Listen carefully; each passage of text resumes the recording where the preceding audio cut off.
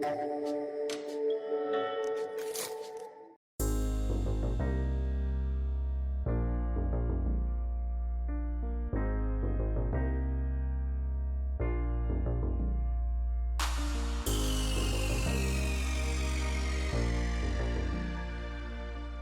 morning, everyone. My name is Ettore Greco. I am the Executive Vice President of this institute, and I am very pleased to welcome you and open this workshop on global space governance at Crossroads. This workshop takes place within the framework of our partnership with Intesa Sanpaolo. And I wish, first of all, to thank Intesa Sanpaolo, here represented by Emanuele Dellicicchi, Internal Relations Senior Specialist, not only for its continued support to our activities on geo-finance, but also for the close cooperation in organizing these events and more broadly our research work on issues of common interest. This workshop is part of a series of events we have organized in collaboration with Intesa Sanpaolo, which in a nutshell aims to promote the debate on the impact of what can be termed the space race, more concretely the growing number of economic, political, security initiatives and programs related to outer space. So the impact of those programs and activities on geopolitical dynamics, the world economy, and international cooperation.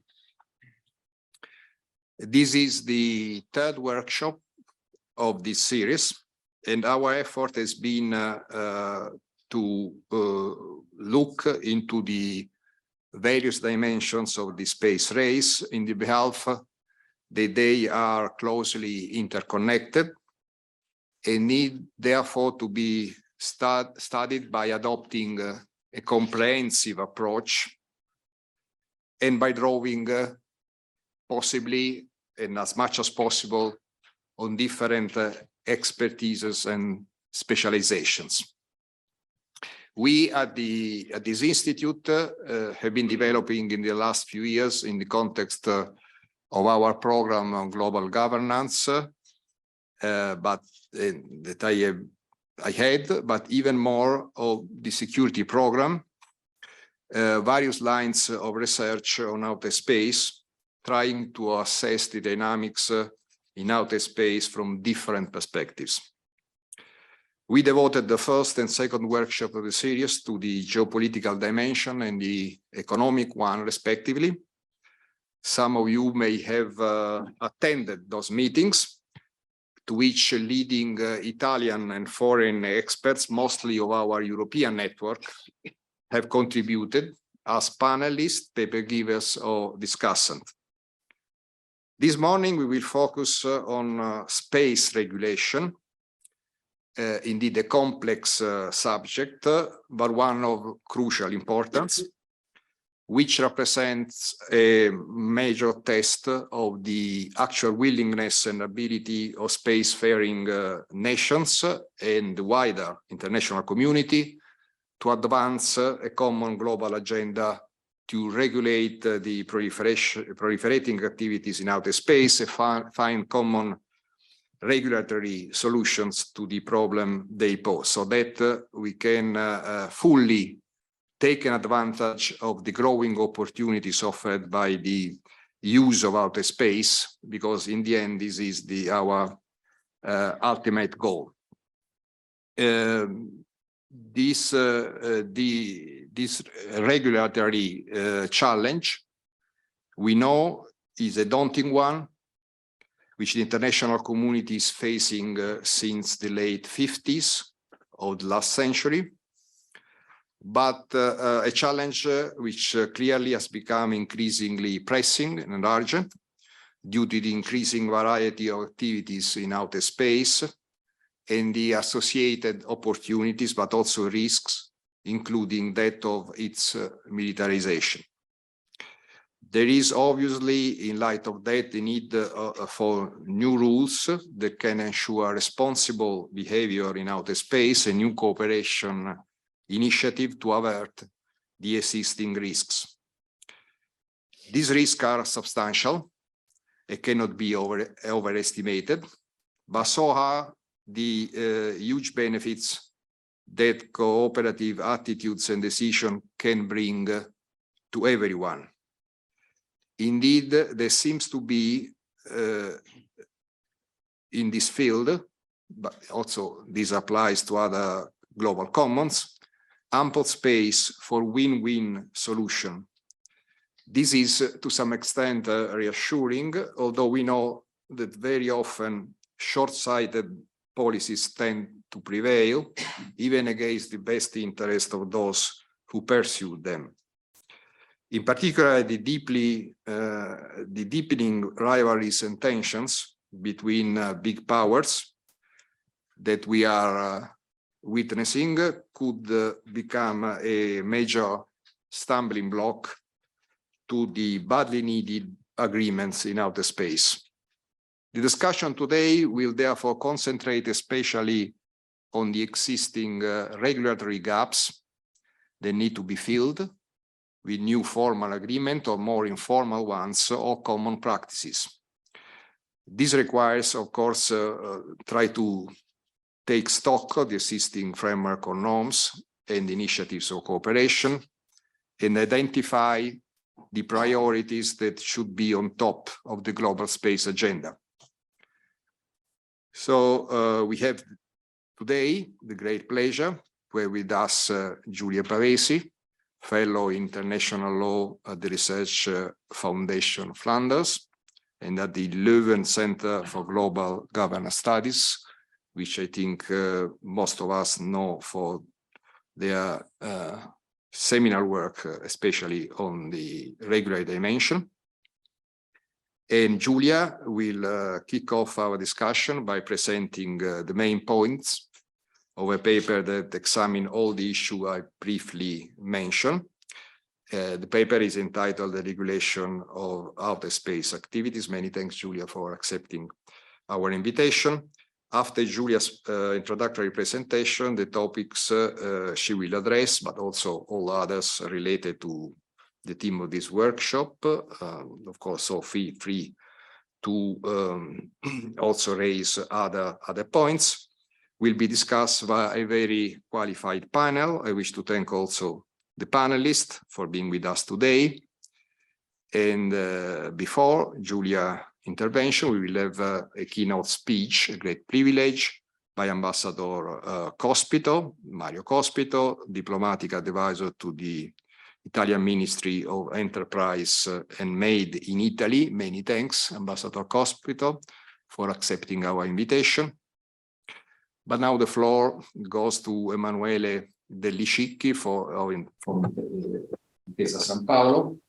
Thank you. Emanuele. Thank you. Good morning. Good morning, everybody. My name is Emanuele Dellicicchi, International Public Affairs at Intesa Sanpaolo. First of all, let me thank Executive Vice President VI Ettore Greco for having us today and for such a warm welcome. Intesa Sanpaolo and EI have a long-standing and fruitful cooperation.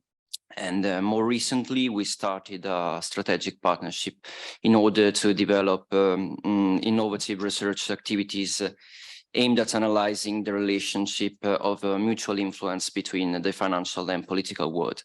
And with particular reference to space, Intesa Sanpaolo and EI launched this series of 3 workshops titled the Geo-Finance of Space, aiming at providing an all-around overview on how the space sector is increasingly impacting and probably we should say disrupting the geopolitics, the world economy, and the international law framework. So this third event of this series is focused on space regulation, and it will present and discuss the paper, The Regulation of Outer Space Activities by Giulia Pavesi. We very much look forward to hearing from you.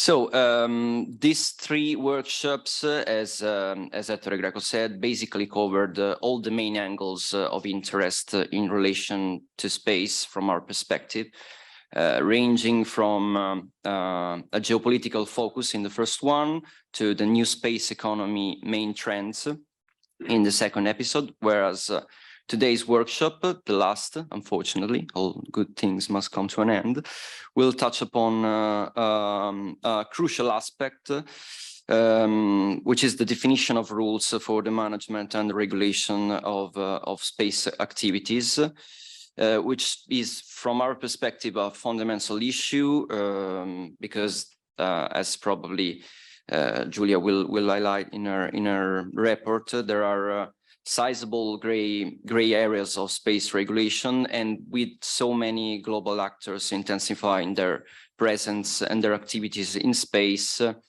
there are issues like exploitation and appropriation of resources in space, as well as what we call the space traffic management, which probably will need to be put in a more comprehensive regulatory framework in the years to come.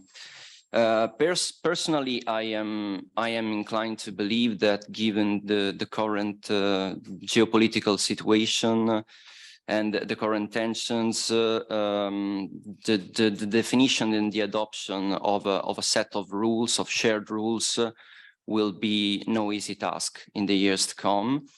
But of course, I will be happy to be proven wrong, and I look forward to sharing views with the panelists today.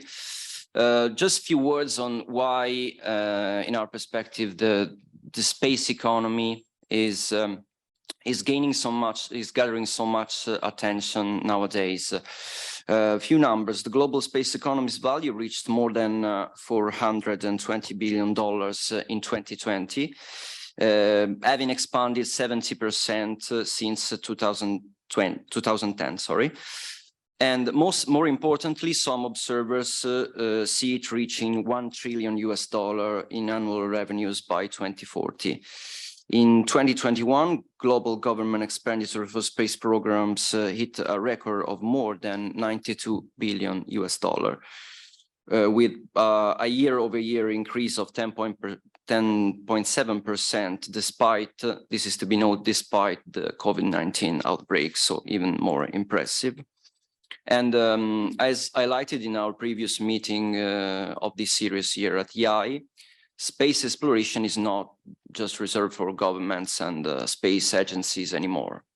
In fact, in recent years, several private companies have taken on the task of revitalizing the space race, and both major technology advancement and a new entrepreneurial spirit are rapidly shaping what we call today a new space economy.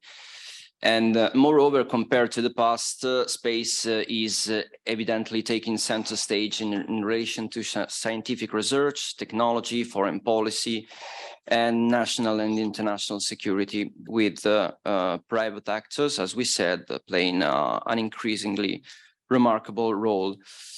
And it is not to be overlooked how space assets are more and more contributing to shaping ESG activities, which is something that, from our perspective at Intesa Sanpaolo, we value a lot, and we take into great consideration, considering our values and vision.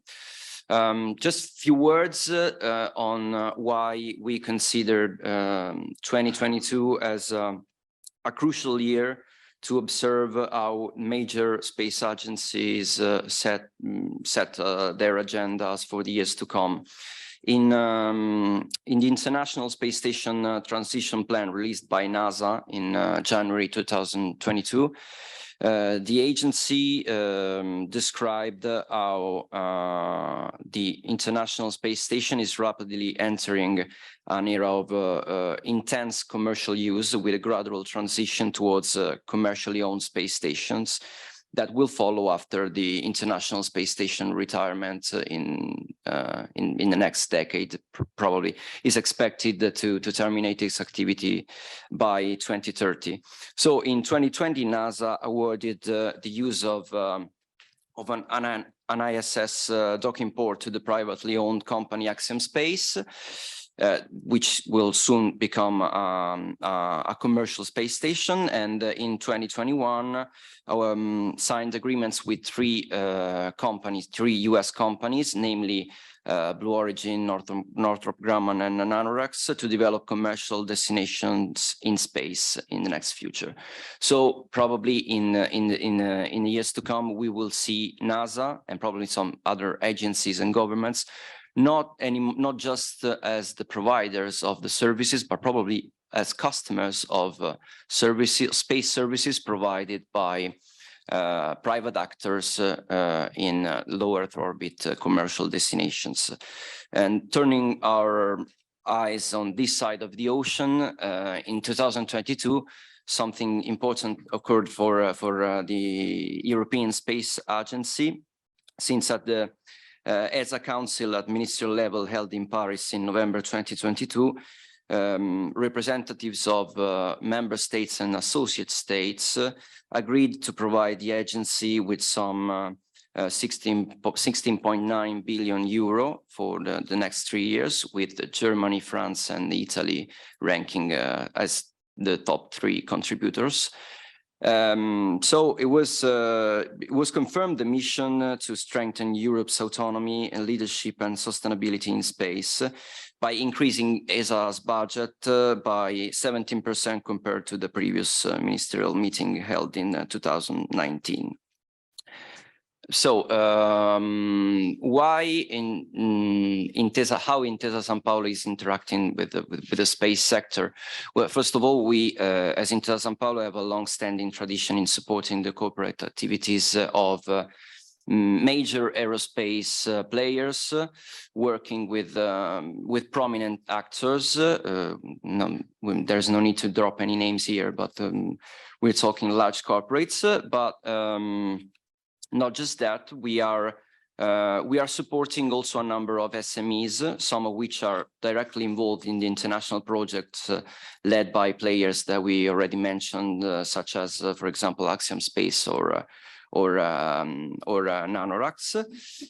And moreover, we are sustaining also through our venture capital arm called NEVA, some SMEs which are involved in technology and innovation, and some of these have a specific focus on the new space economy.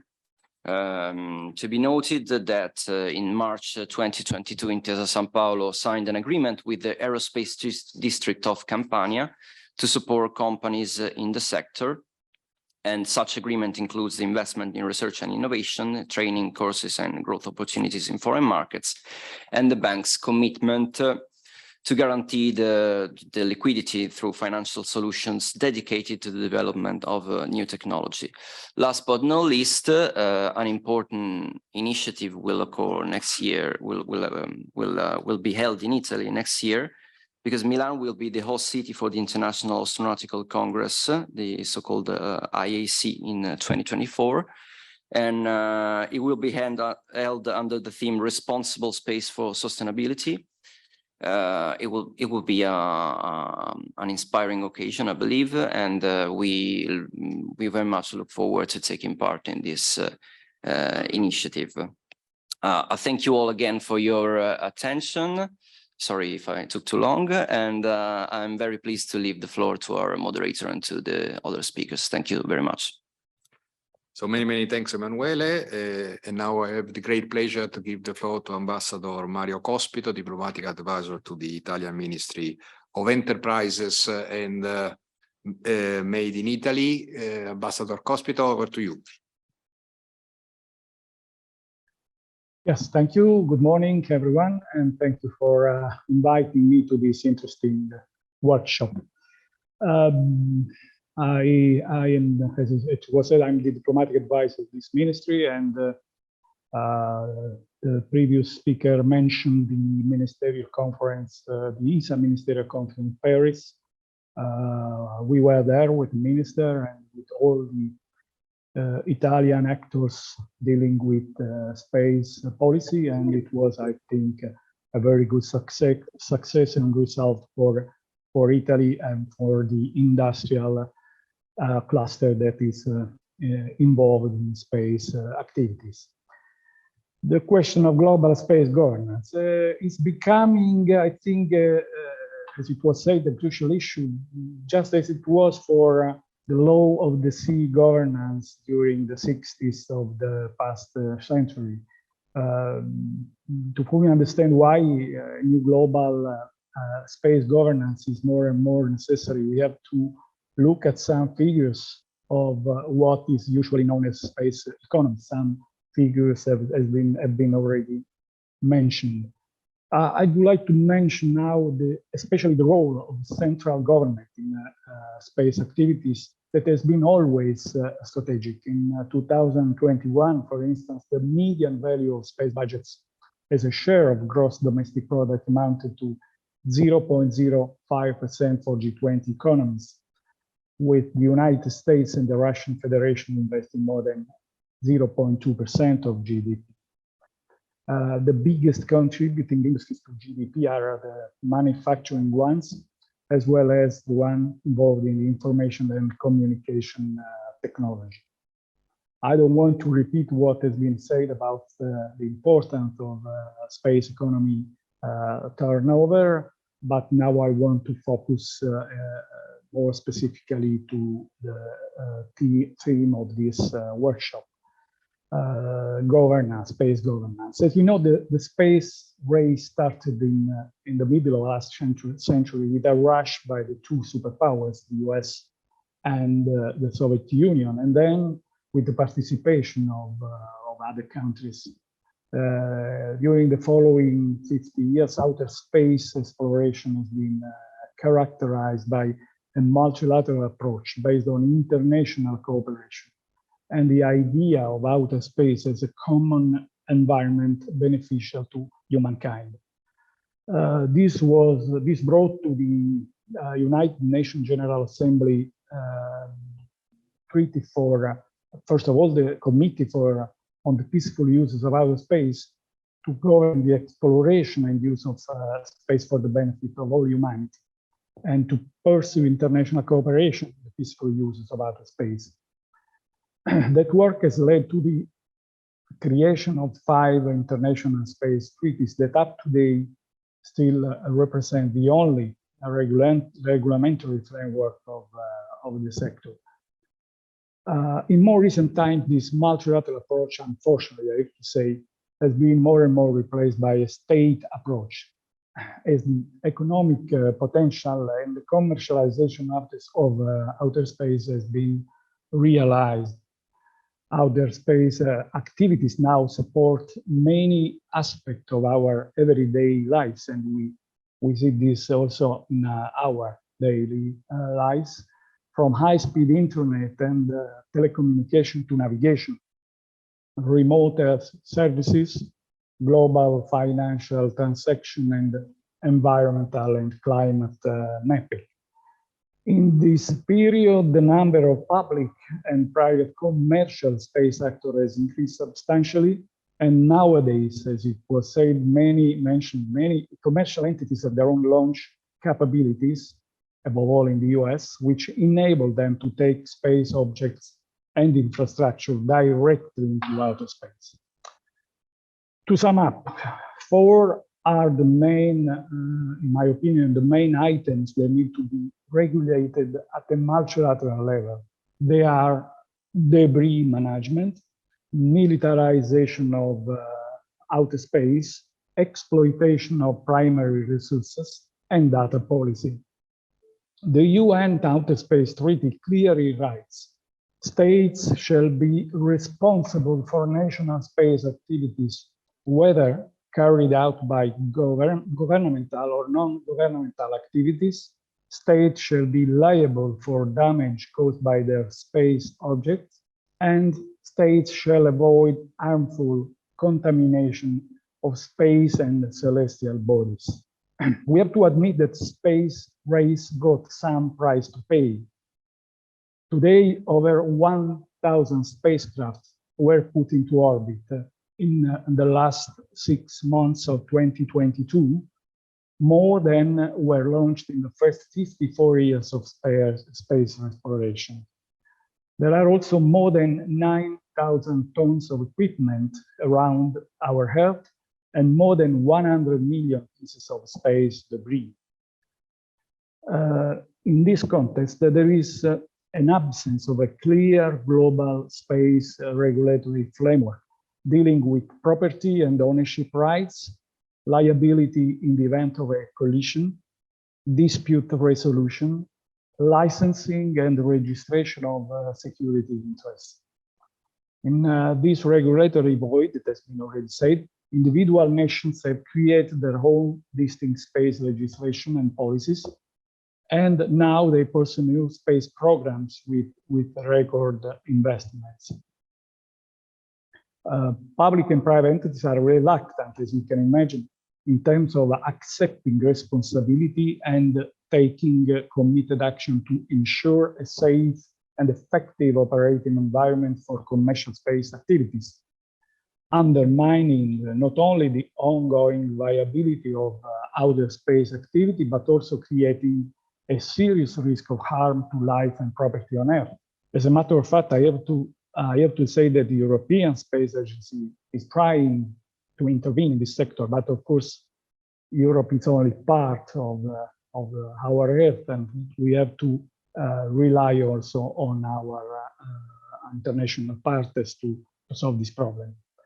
What is the risk? The risk is to avoid what is usually called Kessler syndrome, a phenomenon in which the amount of junk in orbit around Earth, above all in low Earth orbit, reaches a point where it just creates more and more space debris, causing like a small nuclear fission, causing big problems for satellites. Of course, astronaut recently, there was an accident with an astronaut involved, and the mission plans. Going back to the treaty, the Outer Space Treaty, it says also, states shall not place nuclear weapons or other weapons of mass destruction in orbit or on celestial bodies, or station them in outer space in any other manner. It states also that the moon and other celestial bodies shall be used exclusively for peaceful purposes.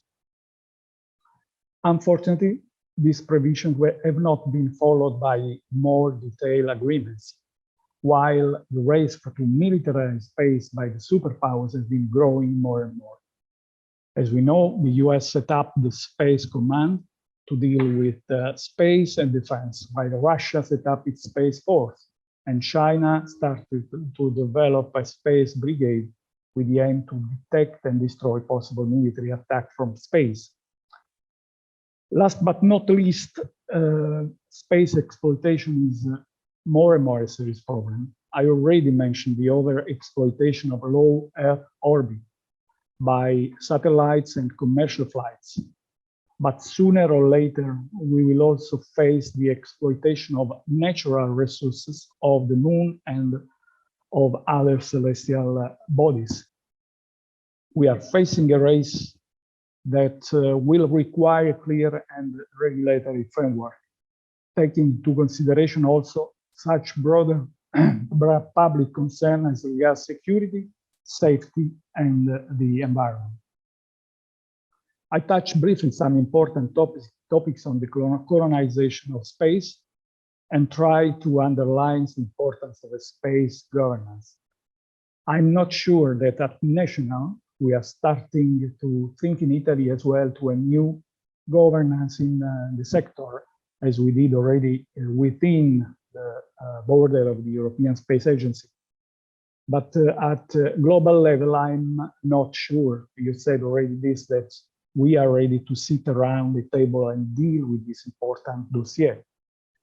What I may say that is that we should go back to the spirit of the UN Outer Space Treaty, that once again, I mention it, states the exploration and use of outer space shall be carried out for the benefit and the interest of all countries and shall be in the interest of all mankind. Outer space shall be free for exploitation and used by all states. Outer space is not subject to national appropriation by claim of sovereignty, by means of use or occupation, or by any other means. To conclude, space and Earth are intimately tied, I think, and if the Earth is the cradle of mankind, space is its roof. We should therefore work to strengthen both the cradle and the roof. Thank you once again for this interesting debate. I thank you in particular, Yai, which I hope will be useful not only as an academic debate, but also to give food for thought for our political level, both in Italy, both in Europe, and at the global level. Thank you very much, and I'm sorry if in half an hour I will leave this interesting workshop for other committees. Thank you. Thank you very much, Ambassador Cospito. Thank you for your very insightful keynote speech. My name is Carolina Muti. I'm a senior researcher in the security and defense programs of the Institute, and I will have the pleasure of moderating the second part of our event. So before leaving space to Giulia Pavesi for the presentation of the paper, just one organizational remark. We will have Giulia's presentation, and then we will have our three excellent discussants briefly commenting on the paper and expressing their views. Then we will have a quick reaction from Giulia, and then we will open the floor to all participants present here in the room, but also online for a question and answer part. For online participants, you can comment and ask questions through the Q&A button in the Zoom. So now I leave the floor to Giulia Pavesi for the presentation of her paper on the regulation of outer space activities. Giulia, the floor is yours. I was asked to briefly actually address all the main issues that currently challenge the old, we can call them old space global governance mechanisms. And I decided to focus particularly on three main challenges, which is the appropriation of resources, the identification of some space traffic management mechanisms, and what we now understand as responsible behavior in outer space. In the past decade, especially, outer space witnessed a transformation from the initial application of, so to say, sanctuary theory. Most of states now recognize that space has evolved in a competitive, contested and congested domain.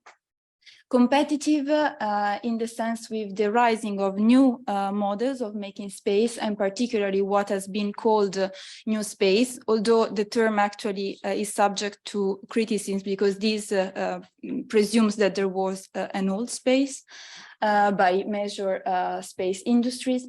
Space has significantly evolved and accelerated the way of making space. Nowadays, we have increased the access to venture capitals, which means that also the actors that used to do space have changed. We have higher production rates compared to the past. We have new models and new mechanisms to do space. And in general, we have an increasing commercialization of outer space. This has also translated in an increased congestion of outer space, and particularly of the more fruitful orbital slots such as LEO. This has not only been determined by the significant increase of the number of launches, as pointed out by my previous speakers, but also in the proliferation of space debris and objects that are not anymore functional. Due to its rising commercial and also security national interest, space has returned contested. And I use the word return contested because, of course, this refers to the traditional security dynamics which characterize the beginning of the space age, although those have now significantly changed. In response to this development, nations have now elaborated national security strategies in relation to space and defensive strategies. They have created military institutions or reorganized their institutions to also tackle space threats, and have started to develop counter-space capabilities mostly for defensive purposes. So the question that this paper tried to address was, we have now a different technology, or at least different types of space technology. We have a different and a changing environment. We have different stakeholders, because there was, of course, an enlargement of the stakeholders involved, but we still have the same governance mechanism. So the next slide, the 3 research questions that the paper wanted to address was whether the all space law instruments and governance mechanisms were still fit to address the appropriation of space resources, STM, and responsible behavior in outer space. The next 2 slides. The utilization and appropriation of resources in space is the first challenge. The issue of the utilization and appropriation of space resources was first raised around the 2012, when commercial enterprises declared intention to mine asteroids. This was followed by legislative initiatives in this regard, first by the US, followed later in 2015, followed later by Luxembourg, and more recently by the United Arab Emirates and Japan. The 2 companies then diverted their economic purposes to other activities, so we don't have case law on the matter, but the issue remained. And particularly, the main issue that the doctrine, but also practice raised, was what were the conditions and the limitation to the appropriation and utilization of space resources. When looking at the relevant framework, although the Outer Space Treaty was not conceived to regulate those kind of activities, 3 main provisions come into action. And those are Article 1, ensuring the freedom of exploration of outer space utilization and exploration. Article 2, granting the non-appropriation principles of the Moon and other celestial bodies, and Article 9 of the Outer Space Treaty, ensuring non-interference, not harmful interference, and not harmful contamination. The provisions, the corpus juris spatialis should be always looked as a unicum, so as a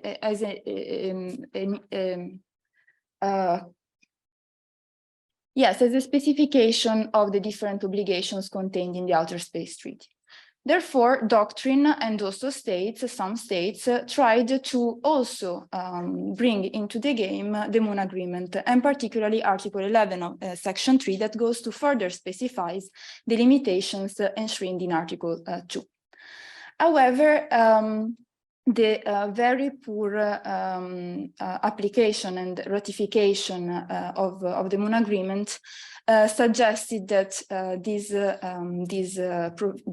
instrument has low value for the purposes of the limitation of the utilization of space resources. On the other side, while Article 2 is very clear on the fact that, of course, there shouldn't be any appropriation of the Moon and celestial bodies, it doesn't provide any information on the use of resources. And the issue here is, by granting property rights on resources through municipal and national law, the authorizing state is claiming jurisdiction over the space resources, and so by extension over the celestial bodies by which it is extracted, and de facto is it breaching the non-appropriation principle. Here, the proposed solution, mostly by doctrine, were two. On the one side, it was suggested a functional interpretation of the text of the Outer Space Treaty, meaning that the negotiator of the Outer Space Treaty certainly didn't mean to exclude the utilization of space resources, which is instrumental to the exploration of outer space itself. And on the other side, it was suggested a comparative analysis with the ITU regime and with property rights theory, suggesting that only when the actual utilization and exclusion of the space resources by other states is not then translated in a continued and actual use by the state, then this is a revealing of property rights over the space resource. The second question then that was addressed was whether, especially because we know that mostly international rules are translated through national legislation, and sometimes states can interpret different provisions in different ways and integrate or implement them in national legislation through different interpretations. It was asked whether we should instead recur to an international framework for the utilization of such resources. Therefore, the issue was placed as a new agenda item within Scopus LSC since 2016, and a dedicated high-level working group was tasked to first identify a framework for such activities and then to come out with building blocks for an eventual international framework. The work of the high-level group was successful in establishing 19 building blocks, both on substantial and non-substantial matters. It provided, in any case, authoritative interpretation of some of the principles of international law. It defined some mechanisms, actually, to ensure both technical actually and regulatory to ensure the utilization of space resources, and it provided some principles to ensure consistency at national level. However, and this is one of the biggest problems now in international space law, as it was actually before mentioned by Mr. Delicicchi, is that right now, the situation, the geopolitical situation is not certainly mature to recur to any type of international hard law instrument on space governance, and especially in relation to space resources governance. The second issue is then that of space traffic management.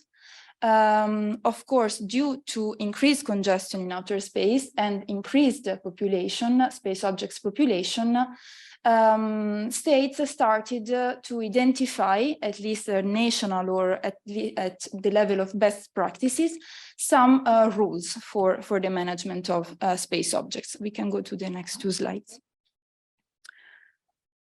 Yes, because I don't have time, so I will come back to the Artemis Accords later because I was told I have 10 minutes.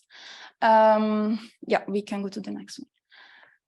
Also in this case, although we don't have at the international level a shared definition of space traffic management, we have some definitions at the level of academia, national approaches, supranational approaches, and intergovernmental organizations. Although, as mentioned, we have different type of definitions, all conceptualizations of space traffic management identify some subcomponents of STM, mostly in the sharing of data, in orbital debris mitigation and remediation, and in general in the management of orbital locations and of the life cycle of space objects. When we go to look at the relevant framework for those subcomponents to try to assess whether there exists some sort of regulation, at least at the international level, for data sharing obligations, we can find some mild provisions in Article 1, 3, 9, 10, and 11 of the Outer Space Treaty. Those are mostly technology neutral principles. They are based on cooperation, but they are based on very mild information sharing, and they are really based on best efforts.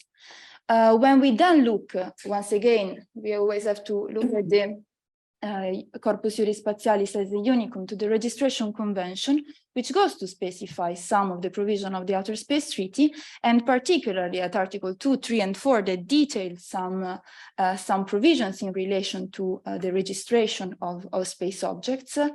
Also here, there are shortcomings in the implementation of the convention, although there is an open registry mechanism where the UNUSA works as the secretariat for this registry. There are shortcomings in the registration, so delays from the launch to the registration of the object. There are shortcomings in the notification of any change in the space object life cycle, and certainly there are shortcomings then in the notification of the end of life of the space object. So the main issue, as we said, is that although we have some principle, the system is flawed, especially in relation to the registration and the SSA practices. The third issue is then the use also of national liability waivers now in relation to the integration of commercial data, especially in relation to SSA. I can elaborate more on the question in the questions on this, but basically right now the tendency is to actually expand the sources of SSA and also rely on commercial data providers.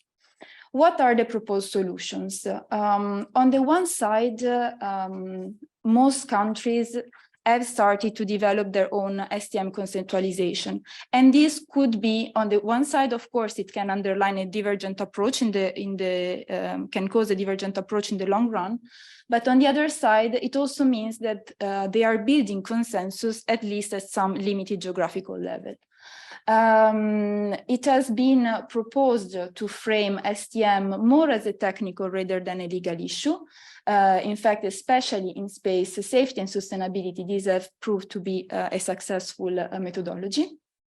And it has been suggested a joint treatment of the topic, especially because it's also a technical matter, both by the legal and the scientific and technical subcommittees within UN Corpus. The final issue is then that of responsible behavior in outer space, and we can go to the next slides. As mentioned already by the other speakers, in the past decade, space has returned contested, and an increased securitarian approach to space exploration and cooperation as a right. Here, when we go to look at the relevant framework, although the Outer Space Treaty is clearly one of the greatest disarmament treaty, in the sense that Article 4 of the treaty provides a full demilitarization from selected weapons and in selected areas of the outer space. And Article 3 clearly brings all the corpus of international law, including the law on the use of force in relation to outer space. Still, the system is very flawed. We had at the diplomatic level many initiatives already starting since the 70s within the Conference of the Disarmament with the PAROS, and then translated in PAROS resolutions mostly adopted on a yearly basis since the 80s. We also had a joint initiative by Russia and China that inked a treaty on the prevention of the placement of weapons in outer space, which was also criticized for many reasons, for not defining completely what a space, or in a very vague way, what a space weapon was, because it didn't have any verification system and so on. And also a GGE, recalling the work that was done on TCBM, was proposed in relation to PAROS, but failed. We then have gaps in the application of Article 3 of the Outer Space Treaty, and in particular in relation to the UN Charter, because of course, when we have different type of counter-space capabilities, and particularly non-kinetic capabilities, it's very difficult to assess when we actually have use of force in space. States, on the other side, also seem to be no longer willing to approach cooperation in space security management through our law instruments, and to even to make the situation even more complex, the dual use nature of space assets is now showing all its criticalities in relation to also the use of commercial satellites. The proposed solution have spanned from unilateral initiatives, such as the most recent one of the US, which was then the self-imposed ban on testing destructive direct ascent anti-satellite weapons, which was then transposed into a multilateral initiative. We then had more recently the open-ended working group on reducing space threats through norms of behavior, which actually is a very promising initiatives in the sense that at least creates in an informal setting exchange among states also on what they perceive as threats and applicable law in outer space. And then we finally have the authoritative interpretation partially provided by the Milamos and the Boomerang manuals, similarly to the Tallinn and the Sanremo manuals. We can go to the conclusions. In these analyses, basically it was demonstrated that the use of space resources does not necessarily violate the principle of non-appropriation guaranteed by the Outer Space Treaty, but the time is not yet ripe to opt for an international framework on the subject. The lack of a holistic and international definition of STM hinders the safety and sustainability of space activities, but we have already some soft and hard law instruments that are in fact applicable to regulate space traffic management practices. The challenge at this point will not be to develop such practices, but rather to reduce those provisions into a shared set of technical and enforceable rules of the road.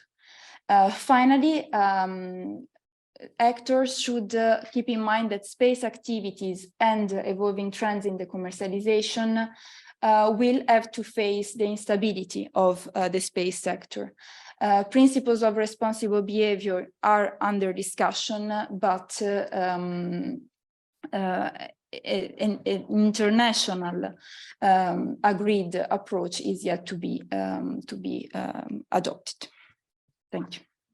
Thank you very much, Giulia, for your presentation. I just want to mention actually that on one aspect that you raised on space traffic management, we were together involved in a project with YAI, with University of Leuven, specifically on space traffic management and putting together industrial stakeholders, academia, trying to address and agree on a definition of space traffic management, and we notice how difficult it is. So this is particularly important. Now, without further ado, I will leave the floor to our first discussant, Caterina Doldirina, General Counsel of The Orbit. The Orbit is a space logistic and transportation Italian company.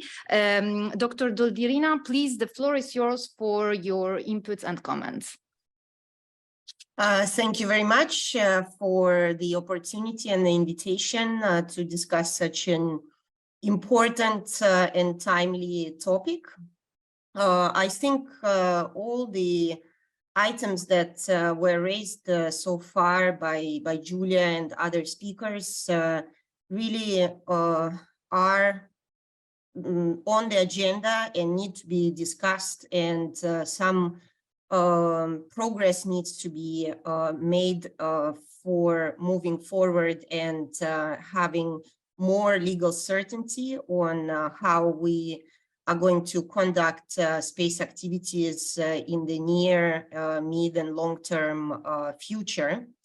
I think also coming from the industry, it is important to involve in a meaningful and constructive way the private space actors, be it so-called new space or old space, because today, with the increasing number of space activities and also the variety of space operations, spacecraft, etc., the private space sector represents one of the stakeholders whose livelihood depends on safe and sustainable development of space activities.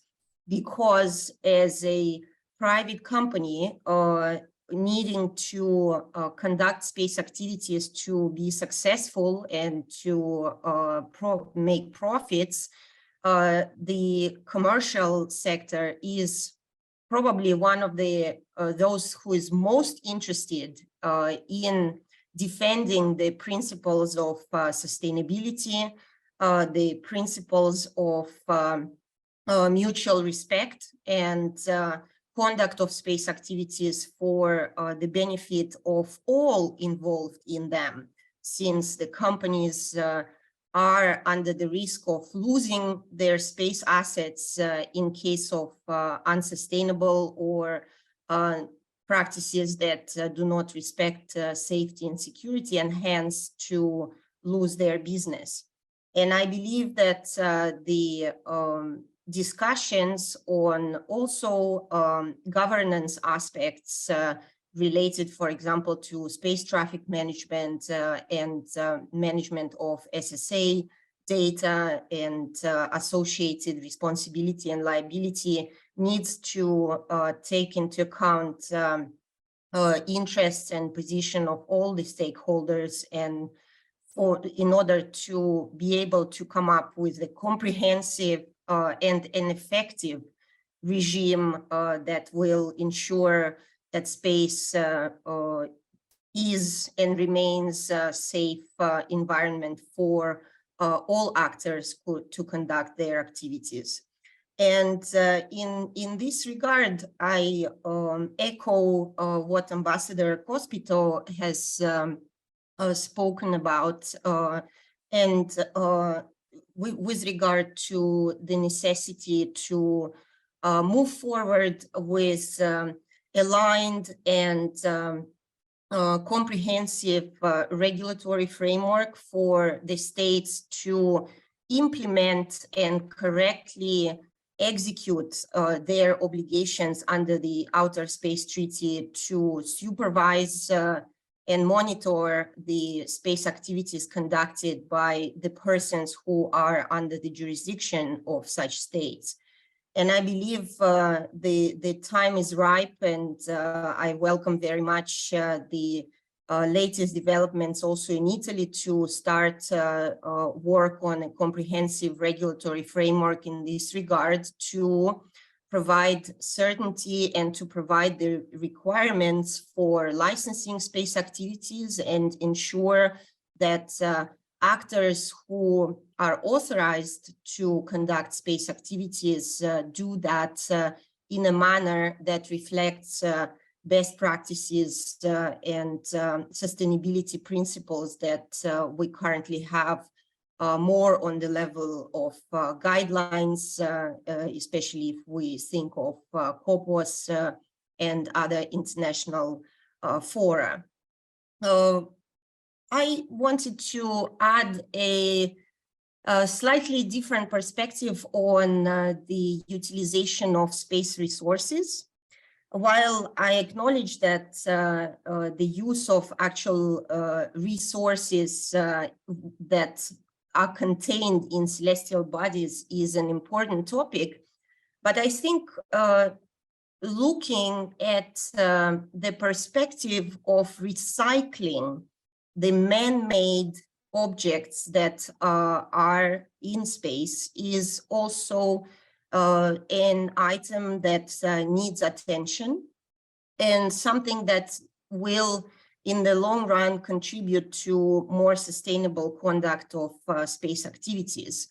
As we move forward with space activities in their maturity, space technologies, we certainly look into what one could refer as circular space economy, and something that we want to conduct in space rather than always be limited to accessing space from Earth. So we should consider how the various space actors can reutilize, for example, space objects that have finished their operational life, and take advantage of the let's say, resources that they contain in order to, for example, produce new spacecraft already in space, and how this is going to fit into the governance of space activities, the functioning of various objects in outer space. We speak of international or private space stations, but we can also take a look into building factories in space, production capabilities. And this, of course, also needs to be taken into account when one speaks of governance and appropriate regulatory framework. And maybe as the last observation, I think it is important to approach things from the perspective of the existing status quo, in the sense, and this has already been highlighted during this seminar, the states currently are not ready to work on binding regulatory framework in the sense of new treaties, international space law treaties. And I think we need to leverage on this environment and look, at least for the time being, into the alternatives, the bottom-up approaches, the coordination of various activities, and seek to prepare the environment and make sure that the initiatives that currently exist and will be formed and established in the near or longer future, they create more confidence in states to make the step and agree on binding international law norms that we agree are needed, if not now, but soon. And I think we all can contribute to this confidence sort of building measures in order to ensure that we contribute to development of sustainable regulatory framework for future space activities. Thank you very much. Thank you very much, Dr. Deldirina. Thank you for adding a new topic, the circular economy, which is very, very important, and the recycling man-made space objects element. This was really something additional to our debate. Thank you. Now I leave the floor to our second discussant, Sarah Eriksson, Research Assistant at the Space Security Program at the Institute for Disarmament Research. Ms. Eriksson, please, the floor is yours. And I ask, sorry, to stick to the times given, so we will have actually time for debate later. Thank you very much. Perfect. Thank you. Just want to extend a thank you for the invitation to be able to speak here. And as well, thank you, Julie, for sharing your work, which I think is very well executed analysis in a very concise manner. I just wanted to share three kind of main points and observations from the work. So you did speak about in-space resource appropriation, you spoke on the Moon Agreement and really it being the most kind of relevant addition to the Outer Space Treaty. And you pointed out the fact, though, that unfortunately it has few signatories and you didn't get the time to reach to it. So maybe this is a good point for you to be able to talk more about additions in terms of international treaties and bilateral treaties, but the Artemis Accords, for example, and bilateral agreements between Russia and China that are making it even more complicated for the Moon Agreement or for international governance frameworks to become international customary practice. And so in addition to these aspects, I also am curious as to how more recent developments, such as Saudi Arabia last month withdrawing from the Moon Agreement, how do these impact, kind of in your view, this issue even more? And could the withdrawal of Saudi Arabia even be a catalyst for others to withdraw from the Moon Agreement? And in terms of space traffic management, it really highlighted the multi-step approach to space traffic management design, which I think is really timely and necessary, and highlighted the bottom-up approach as well, and really focusing that there is domestic and regional developments that are happening within space traffic management, but that this more national and regional developments are dominating over a global structure, which should be the end goal for STM. But one of the most important points that I thought you brought up was integrating commercial data with state sources. And I think that this point opens up the conversation even more so about the broad role of industry. And as Dr. Dolorino was just speaking about as well with industry, I think that there's a lot of room to expand here, of not just integrating data, but also integrating perhaps communication channels that are existing, because industry sometimes has more flexibility to be able to create these groups. And for example, I'm thinking of like the Space Safety Coalition or Comverse, for example, who have these communication channels and networks open. So maybe there's even more room here to discuss about the role of industry in general, being able to contribute to SDM, but then to the broader space governance structures. And finally, just I want to talk about the way that you framed the current really nuanced discussions on space security. I think that the way you frame the discussion is really useful, highlighting the fact that it's behavior focused rather than capability, where traditionally within security and disarmament, we think of it being centered around capabilities. And so it feels like this behavior approach is now a great opportunity to exercise more flexibility and explore new avenues for handling security in the complex space environment. But in addition to this important nuanced conversation, I think it's also important to highlight that soft law and hard law are very complementary, and they're not, rather than being mutually exclusive, we should really be focusing that they are mutually reinforcing. And although it may seem that states are not willing right now to really conduct new national or to conduct new international legally binding treaties within UN processes, we do hear a great number of states really focus on a legally binding instrument as what they view as an ultimate goal. And even within the mandate of the current OEWG on reducing space threats that happening within the mandate, it also calls to propose norms, rules, and principles of responsible behavior, but within the framework of how it could contribute to legally binding instrument and even PAROS. And so I think this focus on them being mutually, on soft law and hard law being mutually reinforcing will also be really important, as to now this year, the OEWG will be ending, and we have a new group of governmental experts that will be focused on furthering the process of PAROS and a legally binding instrument.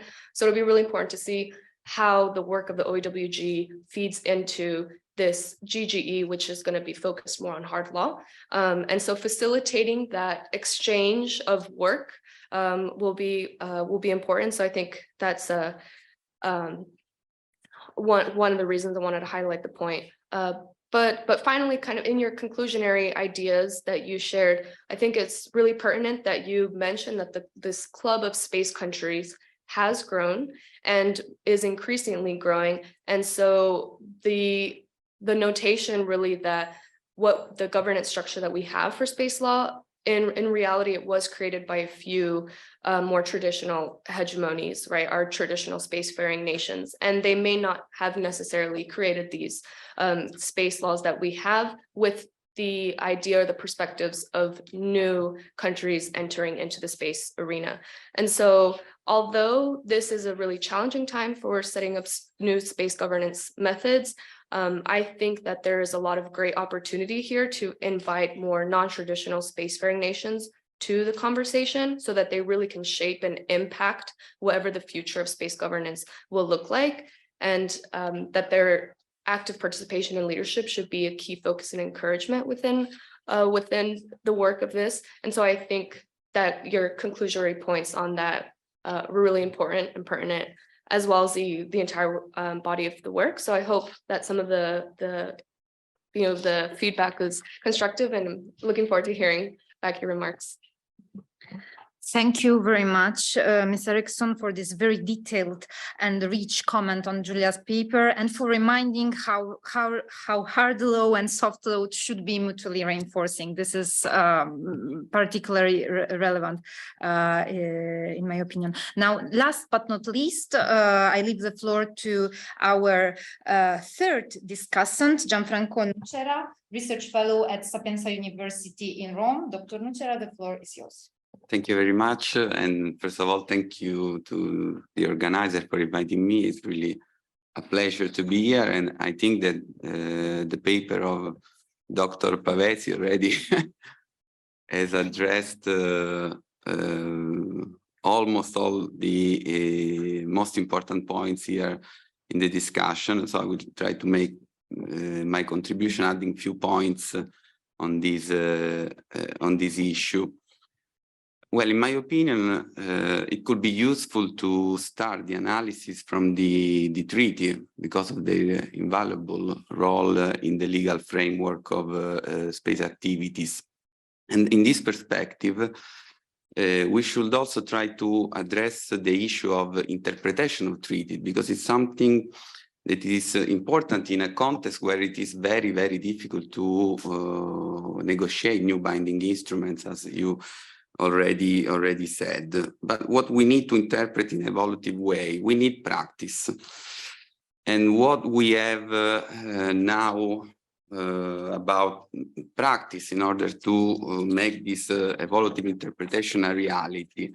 We know that there is not an authoritative body to give an evolutive interpretation, nor we have case law. You already said this. But we have soft law instruments. For example, the corpus particularly had a specific role in this sense by adopting resolution that systematize all the practice of state. For example, we mentioned before the resolution on the concept of launching state and the practice recommended in the resolution. But we have also other possibilities, for example, discussing and negotiating outside the universal fora, as it happened with the Artemis Accord. And I'm sure that you will address this point later. And also what happened with the International Space Station you mentioned before. So there is an option, I think, on the table in order to reaffirm and further develop some principles. But we should also take into consideration that space law is also a body of rules belonging to different legal systems. In this sense, we should take very carefully into account also regional initiatives. For example, are very, very interesting the words of the EU Commissioner Breton on the need for EU space law. And I quote his words: "We face the risk of diverging national rules with a negative impact on the competitiveness of our industry as well as on our security." So it is quite unclear which is the legal basis for such an EU space law, because of course we know that Article 189 said that there is no harmonization of space legislation of the state. But of course we will see what happened with this legislative proposal, and I want also to hear your opinion on this point. And lastly, I would like to say a few words on national legislation, the other level, because domestic legal instruments are really, really important in this sector, because they could address new issues, new space activities. They can complement, but they should, of course, implement the obligation of the UN space treaties and in general treaties. So in the paper, you mentioned also the use of national space legislation as an economic tool to in the sense that it could be useful to attract investor by a procedure of authorization, I should say more easy to do. But we should take also into account that space activities are ultra hazardous activities. So the practice of using legislation to simplify the procedure, to do not take into account strict elements for authorizing space activities could be very risky for the state.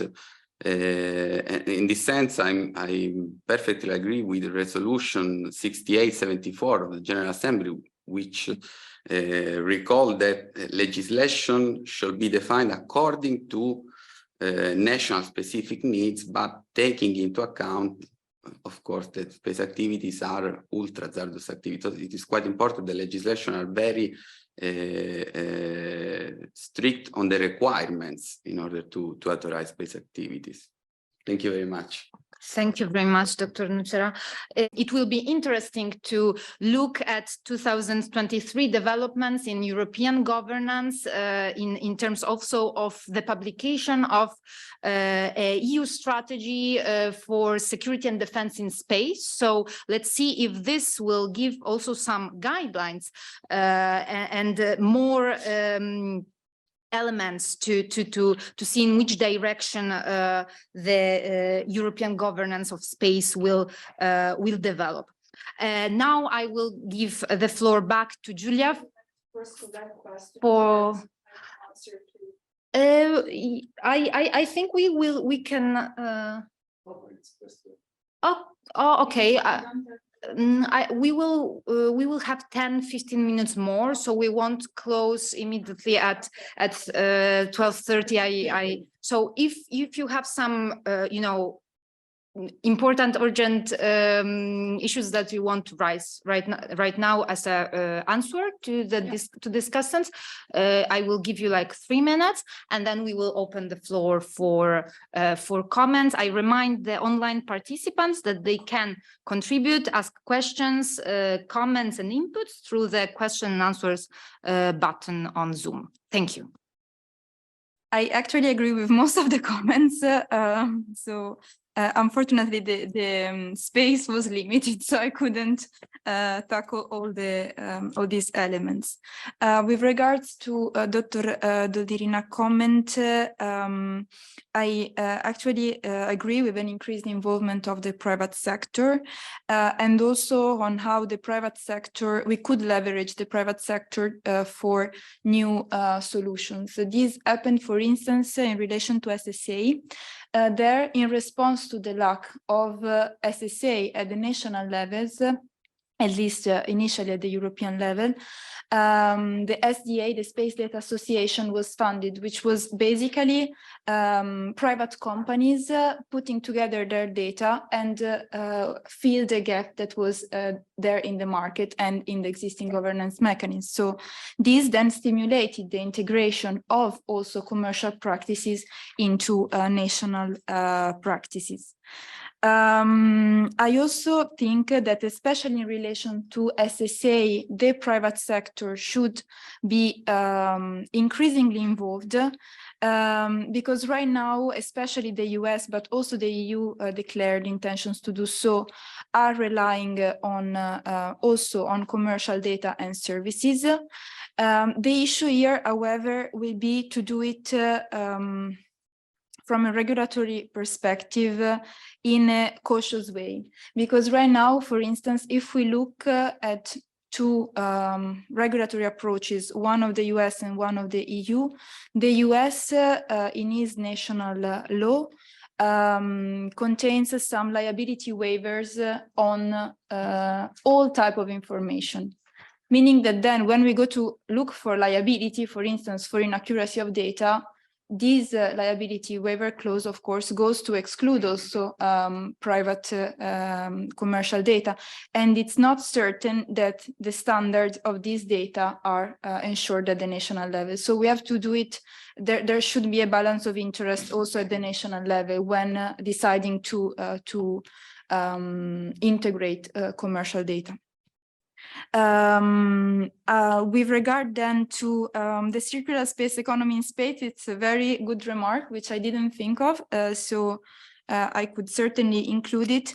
Of course, if we then look at dedicated services for recycling, of course, there will be a lot of issues in terms of sovereignty, and because of course it's the same issue that is now with space debris remediation when the object is no more functional. I go a bit fast. With regard then to Dr. Eriksson's comment, for the Artemis Accords, yes, the risk actually, so the US developed the Artemis Accords both as a political and a legal initiative on the interpretation of space law. And it's clear that it is a political initiative because the US explicitly stated that it doesn't recognize the Moon Agreement as building a customary international law. This approach is based on a series of unilateral statements signed by the US together with now other 23 countries. And it leverages on the one side on the Artemis program, so it's both a political initiative and a program.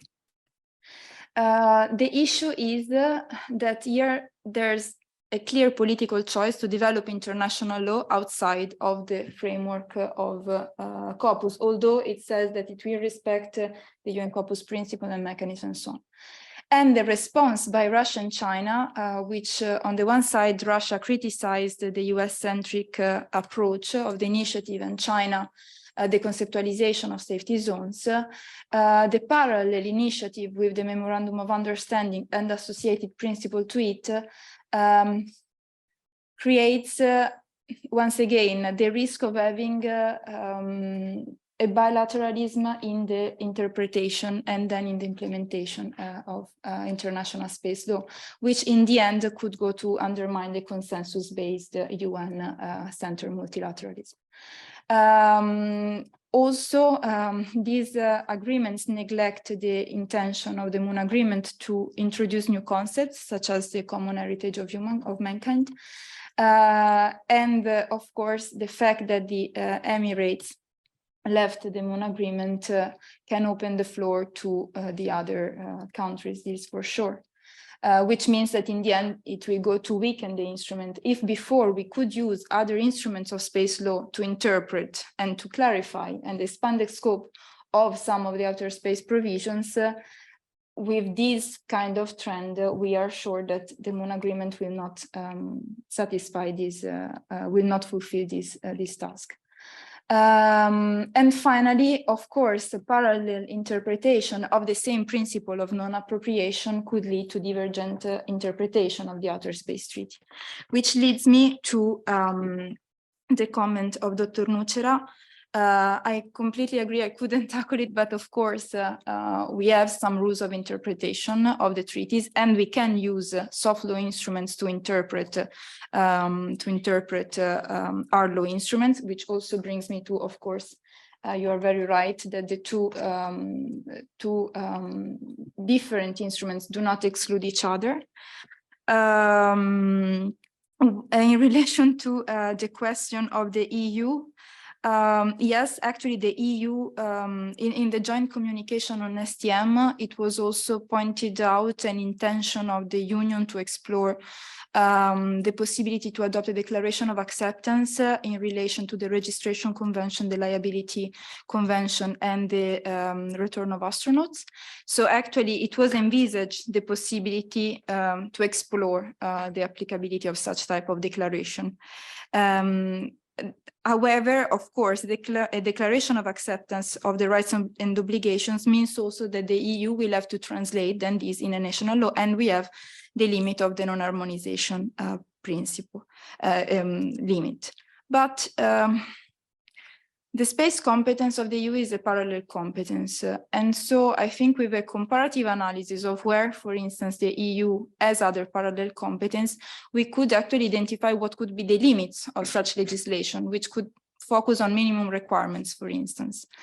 It has to be then explored, and I think the Union right now is doing it. What are the limits of such consistency, and of course whether it goes to constitute in the end harmonization of it. Yes, I also have another remark that is not, but I can wait for the questions. Okay, thank you. Yes, thank you very much, Dr. Pavesi. So now I will open the floor for questions and comments from the audience. We will have some 20 minutes for your comments and reaction. Who sits at the table can just put the hand on, and I will give the floor. Who sits and want to comment can use this microphone here, which is free. And I will also gather some questions from the online participants. So are there some first reactions in the room? If not, I can start with the online questions and comments.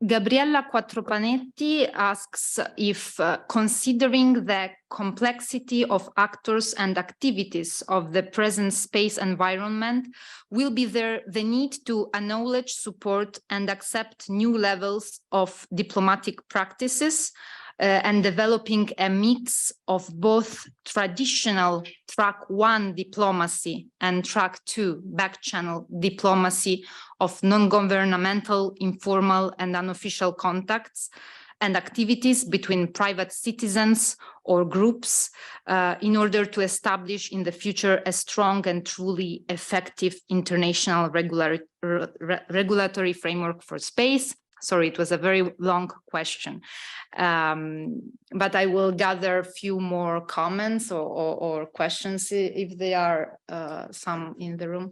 Please, Colonel. Yes, Luigi Riggio from the Prime Minister Office. Take care of the space affairs in there. A couple of points that I want to place to the attention of the panelists and to see your views on those. First of all, we spoke about non-appropriation, and we see there is a tendency now to speak about safety zones in order to protect the investment of the activities of space resources exploitation. So how do you see the border between these two concepts, and what's the possible evolution of those on legal terms? And second point that Dr. Pavesi was briefly mentioning about Artemis is going to be, I think, especially important for Italy, since we are part of it, and since Artemis is making explicit reference to the exploitation of space resources.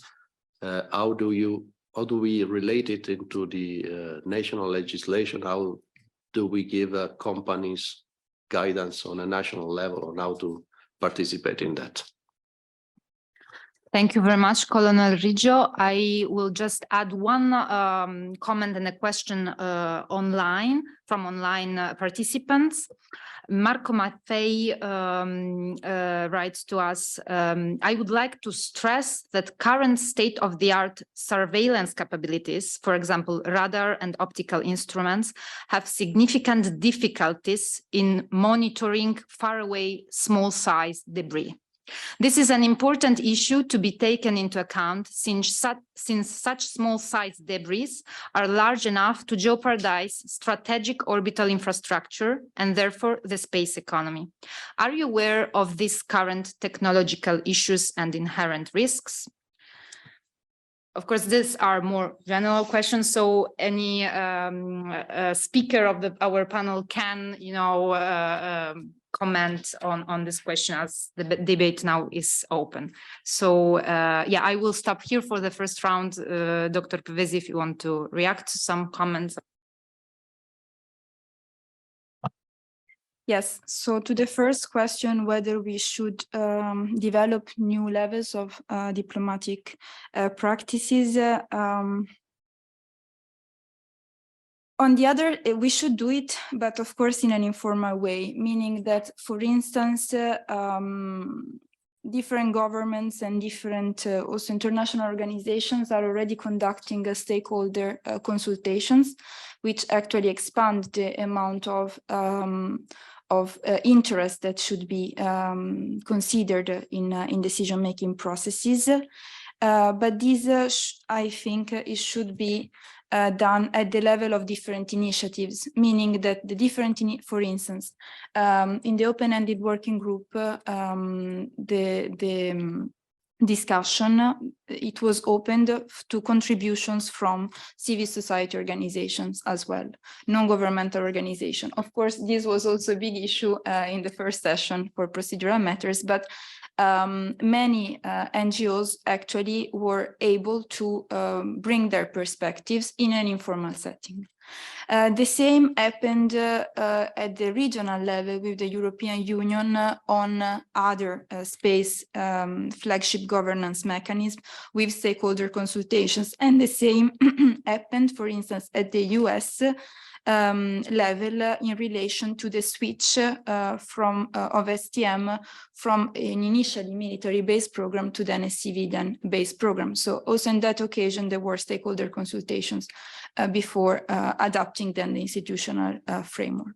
So yes, we should develop parallel channels of consultations of the different stakeholders, but I would advise on an informal way. Why? Because already now it's very difficult for states to agree on the concepts. So for this reason, I think a parallel treating of the two concepts would be more beneficial for reaching consensus than at the international level. For then the second question in relation to safety zones for the protection of the investment. Yes, in fact, the Artemis Accords provide in their principles some definitions of what a safety zone is. China criticized this conceptualization. And I think here the real benchmark when defining the difference between the non-appropriation or the identification of safety zones, which is not a vague answer, but it's true, will be the implementation then of the Artemis Accords or of the Memorandum of Understanding. Because when states will have to, on the one side, implement their obligation, unilateral, of course, obligations under the Artemis Accords. In the meantime, if they sign the Moon Agreement, they will have to respect and implement their obligations under the Moon Agreement. And finally, implement or respect their obligation under the Outer Space Treaty. There they will really have to combine those obligations, keeping in mind that, of course, some of the principles of the Outer Space Treaty nowadays constitute customary international law. So they will also have to define the relationship between the different sources. And how to give companies guidelines here, actually, I think, while I said that, of course, the high-level working group in 19 building blocks will not have success in terms of the adoption of an international agreement in this sense. On the other side, they provided very useful and very detailed guidance on how to prevent the non-appropriation of space resources. So leverage on that work will certainly be a good step, because it provides authoritative interpretation in any case. It provides already some mechanisms that then could be adopted to national strategic interest, and it already provides some rules for consistency across national legislation. Finally, yes, the limitations to SSA. The issue with SSA is that initially, this SSA was developed mostly as a US program, and we all relied mostly on US sources through a system of bilateral agreements. We then developed a framework, a support framework at the level of the European Union, initially with 5 countries. And then the European Union transposed made this framework, transformed this framework, support framework into a component of the now adopted space program. Adopting it as a program, as a subcomponent of the space program means also that there has been a reorganization at the internal level of the streamline of data, but also the identification of capability gaps in relation to SSA. The same identification of capabilities gaps that was identified by the US at national level and now at the EU level. So certainly here we have some instruments. I speak for the European Union, part. We certainly have some instruments that we can use and that we are using actually within also the new budget to address these gaps. On the other side, it's not only about the instruments, but it's also about the practices, which means that if on the one side we have to develop capabilities, which for the moment are still national managed capabilities, where then we pool and share our resources. We also have to develop common standards and common sharing practices. Otherwise, we will not then be able to integrate the results and the data of this service. Thank you very much. We can have now a second round. I have already new questions online. But I first look in the room if someone wants to. May I add something? Oh, of course. Just a few words on the issue you raised of safety zones and use of natural resources, because I think that until now we have principles for cooperation. So in order to establish specific and detailed rules, we need to or at least I need to understand how this technical operation will work. Because in order to define rules, we need to understand how can you extract a resource from the moon or an asteroid or other celestial body. So in principle, use of resources is not prohibited by the treaties, because we have Article 1 of the Outer Space Treaty that said the use of and exploration of space is free. And it means also commercial use. So in this sense, there is no issue of using space resources, but of course we need to understand the technical issue in order to define specific requirements and rules. So the point now is to understand how implement these principles in order to have specific rules. And also this is the same reasoning, I think it applies for the safety zones. Thank you. If there are no other questions in the room, I will collect two online. So the question is, do you ever see space militarization or regulation and the field in general as a topic that might be tackled by the UN Security Council, seeing as it's the one body which has binding powers and might actually reach a solution while taking into account the issues brought by the permanent five having veto power? And I would add a second question online. The question is on the term space club. How can space be equally utilized by all, including those who are geospatially and terragraphically limited, like current small states and island communities, for example, Singapore, the Vatican, Liechtenstein, and CARICOM? So this will be the last round of comments and inputs. So if someone wants to add some final comments after Dr. Pavesi answers, I will leave a few minutes for it. Thank you. So for so whether the issue of space militarization should be tackled by the UN Security Council, in principle, it could.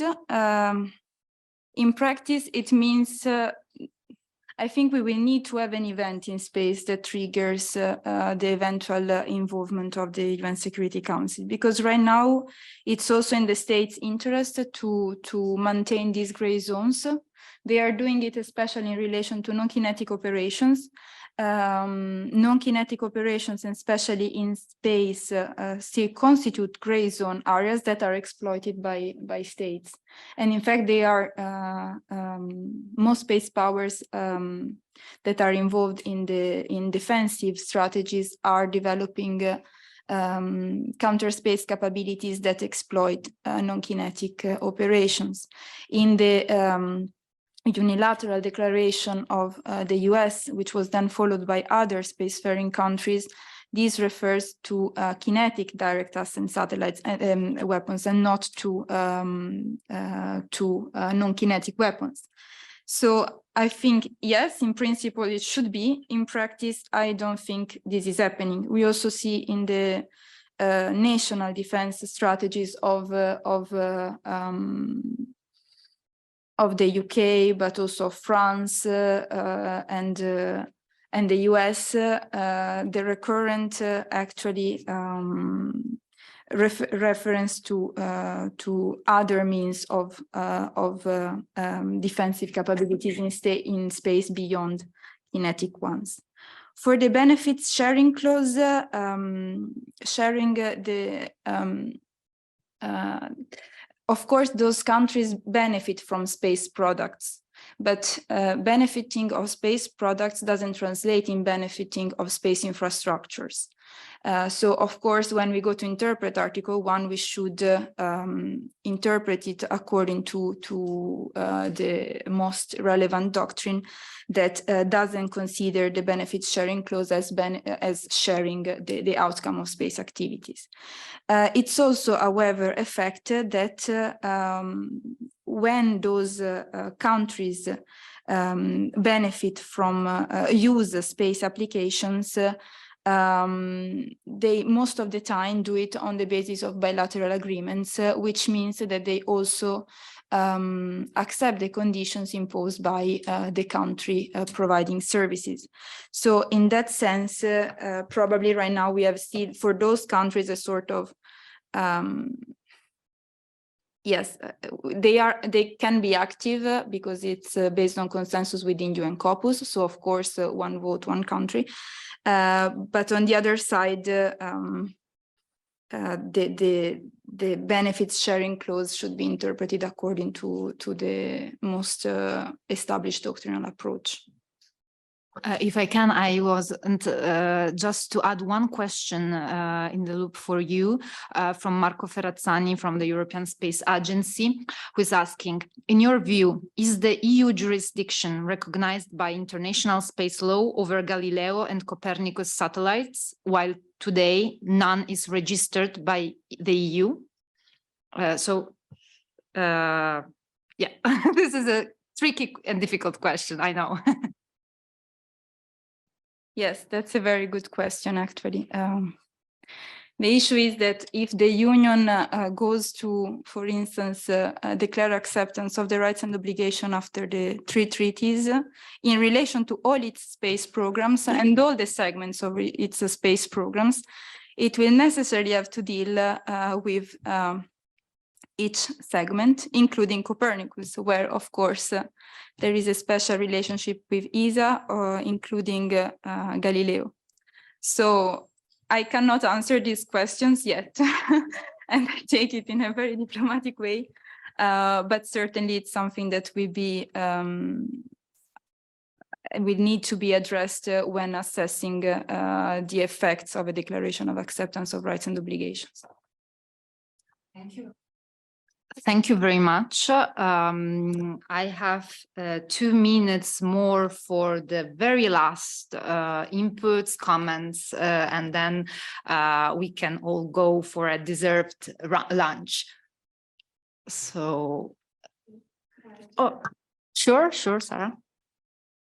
Just to follow up on some of the questions. First, the limits of SSA, I do think it's important to note that, yes, not only is there technical limitations, but also, of course, then there is kind of political limitations, because we talk about SSAs being sometimes thought of as a one-stop shop to solve some monitoring and verification issues, but it's also important to remember that verification is really more of the political interpretation. So even though I don't have a solution for solving, tracking and surveilling small objects in space, I just think it's important to mention that there are other limits of SSA as well. But in talking about the questions of UN Security Council and Space Club, I don't think it would be in the best interest of all nations to expect that the UN Security Council would handle trying to implement new governance structures, because it seems the best interest of all countries to handle it in an inclusive manner where all nations can have a say, rather than the limited capacity of the UN Security Council, which has limited representation at any given time, depending on the year. So I don't think it would be in the best interest to leave it to the UN Security Council. And in that vein, the topic of Space Club, I think it's important to realize that, especially these island nations that was brought up in the question, there is a lot of countries, most countries now really benefit from space resources and technology. But as Julia mentioned, this doesn't directly translate into them benefiting from certain of the infrastructure. But I think it's more important to note that these countries do have the potential of impacting the future of space regulation. And in this specific example, I'm thinking of, for example, the Philippines, who have introduced a working paper on due regard in the OEWG, and they have lent their expertise on cues or the code of unplanned contact at sea that they are very familiar with, and lend some of their expertise in this to space and how it could be applicable. And this working paper has even then garnered international cooperation, with Germany now co-sponsoring it, and Nigeria. So we see these cross-regional initiatives and partnerships that are happening. And in this way, I think it's important to highlight that their participation, even though we may not traditionally see them as states that have a lot to say, but the truth is that they are now stakeholders in space, and they increasingly will be, so that we should keep encouraging the Space Club to actually voice that all members of Space Club, which today we could even relatively say is every nation, to really vocalize what their perspectives and concerns are. So yeah, for the example, the small nation states like Philippines, but also Singapore, who's very active actually within space industry and space technology, and having yearly conferences as well to deal with this. So it's one of the points that in my comments that I had made, I just wanted to clarify. Thank you very much, Ms. Eriksson. So now I just want to thank Dr. Pavesi. I just want to thank all the participants in presence and online. I apologize because we had more questions online, but we are out of time. Have a nice lunch, all of you, and thank you for being with us here today. Thank you.